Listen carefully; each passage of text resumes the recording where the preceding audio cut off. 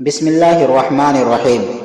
امام مالک رحمہ اللہ نے بیان کیا، ان سے ابن شہاب نے، ان سے عروہ بن زبیر رضی اللہ عنہ نے، اور ان سے عائشہ رضی اللہ عنہ نے بیان کیا کہ عتبہ بن ابی وقاص کافر نے اپنے بھائی سعد بن ابی وقاص مسلمان کو مرتے وقت وصیت کی تھی کہ زماں کی باندی کا لڑکا میرا ہے، اس لیے اسے تم اپنے قبضے میں لے لینا۔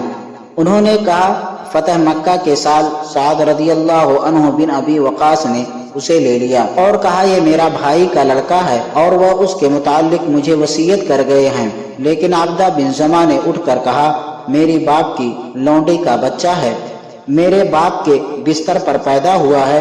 آخر دونوں یہ مقدمہ نبی کریم صلی اللہ علیہ وسلم کی خدمت میں لے گئے۔ سعد رضی اللہ عنہ نے عرض کیا یا رسول اللہ، یہ میرا بھائی کا لڑکا ہے اور مجھے اس کی انہوں نے وصیت کی تھی۔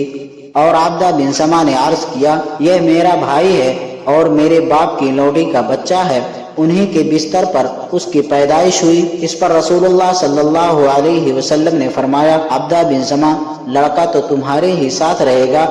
اس کے بعد فرمایا بچہ اسی کا ہوتا ہے جو جائز شوہر یا مالک ہو، اس کے بستر پر وہ پیدا ہوا ہو، اور حرام کار کے حصے میں پتھروں کی سزا ہے۔ پھر سودا بنت زماں رضی اللہ عنہا سے جو نبی کریم صلی اللہ علیہ وسلم کی بیوی تھی، فرمایا اس لڑکے سے پردہ کیا کر، کیونکہ آپ صلی اللہ علیہ وسلم نے عتبہ کی شباہت اس لڑکے میں محسوس کر لی تھی۔ اس کے بعد اس لڑکے نے سودا رضی اللہ عنہ کو کبھی نہ دیکھا، یہاں تک کہ وہ اللہ تعالی سے جا ملا۔ صحیح بخاری حدیث نمبر 2053۔